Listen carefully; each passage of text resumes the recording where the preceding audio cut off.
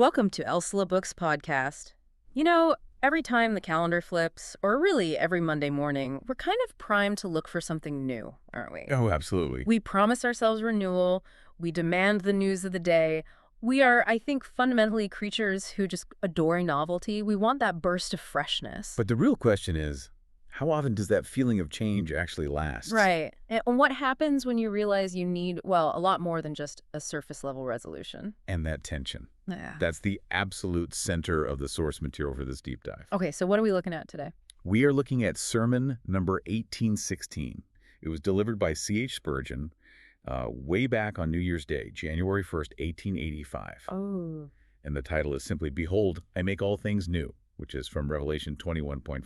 So we're really using this historical sermon as a lens then, Right. a way to explore that universal human longing for change. Everyone wants a fresh start. Happy New Year. Exactly. Because deep down, we all know the old one was, well, it was flawed, tired, maybe even a little ugly. And that's our mission today. We're going to follow Spurgeon's argument and try to understand what it truly means for the one that sat upon the throne, Christ, to make this really radical promise. So why is this kind of transformation so different from just, a typical New Year's resolution? Well, because it's about fundamentally changing your foundation. Right. It's the only kind of renewal that can actually do that. Okay, so let's start with that human impulse he talks about. We are just pleased with the new. Completely. We see it in children, right? Yeah. They get obsessed with the new toy. Or think about our ceaseless, eager demand for fresh news. We just gravitate toward the unproven simply because it's novel. Yeah, that makes sense. He even quotes a poet, doesn't he? Something about He does. All with one consent praise newborn gods. newborn God. That means we're all drawn to the shiny, often kind of worthless, new things. We want to believe that the next trend, the next year, the next gadget, that holds the key to the happiness the last one failed to deliver. And this plays out perfectly in our seasonal traditions. We literally ring out the old year. We do. And you have to remember the context of 1884. Spurgeon talks about the depression of trade and hard times. He describes the past year as wheezy, croaking, and decrepit. So people were desperate to escape that weariness. Desperate, which is why we embrace that romantic ideal from the poem. Ring out the old, ring in the new, ring happy bells across the snow. But then he throws out this first real challenge. He says if we're seeking ultimate truth, we shouldn't be governed by this childish love of novelty. Right, because if you belong to God, you worship a being who is always the same. So how do we square that? How do you reconcile this desire for renewal with the permanence of faith? It's such a vital check. Yeah. Because if you're just chasing novelty for novelty's sake in, say, matters of doctrine, the old is actually better. He gives a really stark warning about this. Here's the warning. He says that if someone comes along with what looks like new doctrine, you should be deeply skeptical, because it's often just worn-out heresy dexterously repaired. So novelty and faith can be dangerous. Stability and the ancient truths are where the power is. Precisely. We shouldn't be chasing spiritual fads. Okay, that makes perfect sense. So if we shouldn't just chase novelty, why is the idea of old things passing away still such a source of profound hope? Because the passage of the old isn't about abandoning something good. It's about rightly rejecting something that has become unbearable. Hope springs up because of the failure, the sin, so much evil about ourselves and our old nature. So we embrace the new, not just because we like change, but out of a justified disgust almost with the state of the old. Yes, that's it. It's an admission that we are outworn and defiled and we need divine intervention. Okay, so let's unpack this. That longing for renewal is justified because our own past efforts, they fail.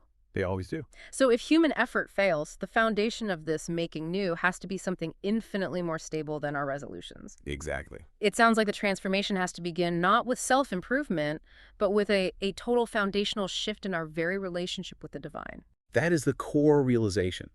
This shifts the focus from psychology, I'm going to try harder next year, to theology, to what God has already done. And this is where we get into the covenants. The greatest transformation ever promised. The shift from the old covenant to the new covenant. The old covenant, which humanity accepted and then, promptly broke through Adam's action, was based on law and condition. Tell me more about that condition. What was the central premise? The premise was really strict. If you will keep my command, you shall live. It was a legal contract where your survival depended entirely on your own obedience. Which is impossible. It leads to ruin for everyone because we're incapable of perfect obedience. That structure is just exhausting. It requires constant, anxiety-fueled striving. It's the original do and live system. Do and live. That framework sounds like the root of all our exhaustion and all our failed resolutions. We keep trying to earn life through what we do. We do. We try to earn self-respect, earn happiness, earn God's favor.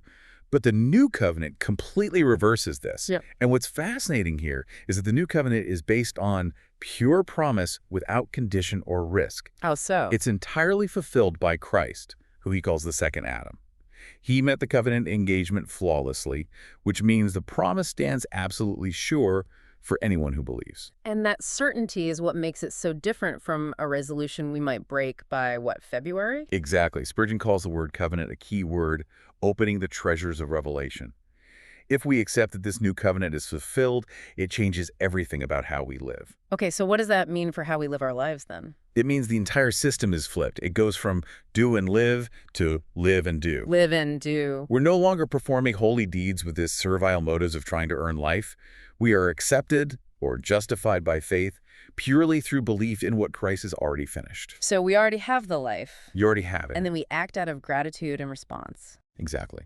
Our holy practice follows as the result of a salvation already received, not as some desperate attempt to earn it. The path to glory for the believer is the just shall live by faith. It's the ultimate act of making all things new in that core eternal relationship. Okay, here's where it gets really interesting for me, because this covenant doesn't just change our legal standing with God, right? It fundamentally changes who we are. It's like transforming our identity from a hired employee to an adopted family member. That's a perfect way to put it. And he illustrates that difference between a servant and a son so clearly. How does he do that? Well, think about the servant. The servant works for wages. They're constantly facing the risk of being fired, of being driven out. Spurgeon reminds us of the proverb, a servant abides not in the house forever. Right. If you mess up, you're gone. You're perpetually on probation, striving out of fear. Fear of loss.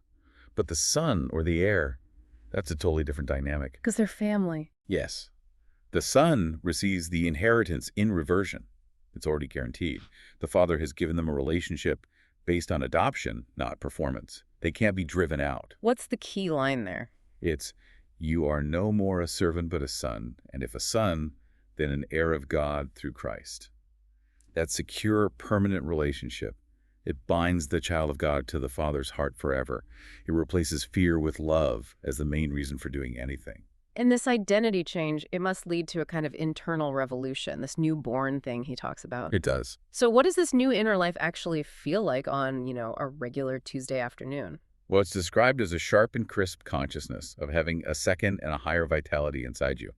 And Spurgeon's realistic. He says, you're not what you will be, but you are certainly not what you used to be. So it's a conflict. It's an internal conflict, a daily contention with your lower fallen self. And that very struggle, that active fight against the old nature, is actually proof that the new life is there. That's a great point. It sounds less like a sudden calm and more like a whole new operating system that just fundamentally changes how you process the world around you. Exactly. You get new motives. You see God, not yourself. You get new desires, new hopes. And critically, this transformation makes the external world look different. How so? Before, you might have thought the world's pursuits were wise, fulfilling, but after conversion, that whole veneer is just stripped away. This is where he uses that fascinating, somewhat historical reference. Yes, about the world's appeal being exposed. He says, you now see Madame Bubble's painted face in its true deformity. Madame Bubble from Pilgrim's Progress, Right. She represents worldly lusts, vanity, deceit. The point is that what once attracted you, the glamour, the status, is now revealed as shallow and ugly. The world becomes, as Paul wrote, crucified unto me. Its power over you is gone. So conversion isn't just internal, it actually gives you new sight. You see everything through this new critical lens. Everything is renewed. The Bible's the same book, but you read it differently. Prayer, which used to be these dry, wretched, formal prayers, becomes a delight. It's talking with your Father. You love the church, you delight in praise, and this change, it often demands an external expression, because the internal joy is so profound. Which brings us to that spontaneous moment he describes, that physical, almost visceral manifestation of joy. The spontaneous shout of hallelujah. He says it's the natural, unavoidable response of someone who has genuinely tasted of the grace of God. They can't stay silent. God has put a new song in their mouths. So that joy becomes their ever-new delight. Yes, replacing the weariness of the old life. This is such a radical, comprehensive transformation, and Christ calls us to behold this massive work. What does that challenge mean for someone listening right now who just feels completely stuck, weighed down by years of habits, convinced they're beyond renewal? The command to behold, to just stop and look and consider. It's an earnest call to realize the radical possibility of Christ's power. If Jesus makes all things new, then a new birth is possible to you, regardless of your history. He gives examples, doesn't he? He does. He points to some of history's greatest transgressors who were converted. The dying thief, Manasseh, who was notorious for his wickedness, and the woman who was a sinner. It's so easy to believe we're the exception, though. We look at our own entrenched habits, our deepest failures, and we think, my nature is just too fixed to change. And that is precisely the lie we have to overcome. Spurgeon uses this spectacular, vivid analogy to convey the sheer scale of God's power to reverse a fallen nature. The one about the waterfall. Yes, Niagara Falls. He says, look at that great, undeniable power in its descent. It would be an amazing thing if that volume of water in its full, irreversible draught could suddenly be made to leap upwards. An impossible thing. Exactly. Yet God can do even that to your sinful nature. He can stay the tide of your raging passions and make you, who felt like a devil, become as an angel of God. That is just a staggering image of divine power overcoming natural law. But what about the person who hears this and thinks, okay, I don't need a total reversal. I just need to fix a few things. I'm going to mend myself this year. Oh, the sermon is relentless in rejecting self-mending. There's another analogy for that, right? Another fantastic one, the old gun. Yeah. You take an ancient, worn-out gun to the smith and say, can you fix it? And the smith replies, well, it would be a very good gun if it had a new stock and a new lock and a new barrel. Which is just another way of saying you need a new gun entirely. Precisely. Trying to fix the parts, the stock, the lock, the barrel, is pointless because the fundamental mechanism is corrupt. The problem isn't the external habit, it's the internal state. So mending isn't the answer. Mending won't work because, fundamentally, the carnal mind is enmity against God. The required solution is not renovation or improvement. It is to be made a new creature. This transformation is clearly necessary. But then, if Christians have this new life, why do we sometimes fall into that spiritual fatigue? Why do we find ourselves singing at this poor, dying rate? It's a great question. If the source of newness is within us, why does it feel stale sometimes? It happens when we drift away from the source. Him who says, behold, I make all things new. Perpetual newness requires perpetual communion with Christ. So we have to keep going back to the beginning. We need to stay forever at the foot of the cross, returning to the basis of our faith continually. If we keep up that perpetual communication with Him, we keep up a perpetual stream of delights. When life feels stale and flat, we don't need a new resolution. We need to go to Christ again, just as we did at the very first moment we believed. So spiritual newness is less about constant forward motion and more about consistently returning to a high spiritual altitude. It is absolutely an altitude issue. He contrasts living in the marshes, the sickly valley breed, feverish and heavy in spirit, with climbing to the high mountains to be strong in the Lord. I like that. Many Christians live as spiritual beggars when they could be millionaires in their joy and strength. And the strength to rise comes only from trusting Him who makes all things new. And finally, we have to talk about the scope of this power. Does making new only apply to our internal character, or does it extend to our external circumstances? You mentioned he uses the term providential surroundings. Yes. What does he include under that umbrella? When Spurgeon says, He that sat upon the throne can make all providential surroundings new, he's referring to the circumstances and events God orchestrates in our external lives. Everything from our jobs and health to our relationships. So things like business difficulties, health worries? All of it. And most powerfully, he says, transforming difficult family relationships. That's a powerful application for so many listeners that hope that their most challenging relationships, those heartbreakers at home, might be made new. It gives profound weight to persistent prayer for the conversion of loved ones and friends. And he concludes the sermon with his simple, powerful anecdote. A brother brought his long-prayed-for relative to the church, recently converted. And was he surprised? That's what he was asked. And the brother replied, I should have been very much surprised if he had not been, because he had persistently prayed for it.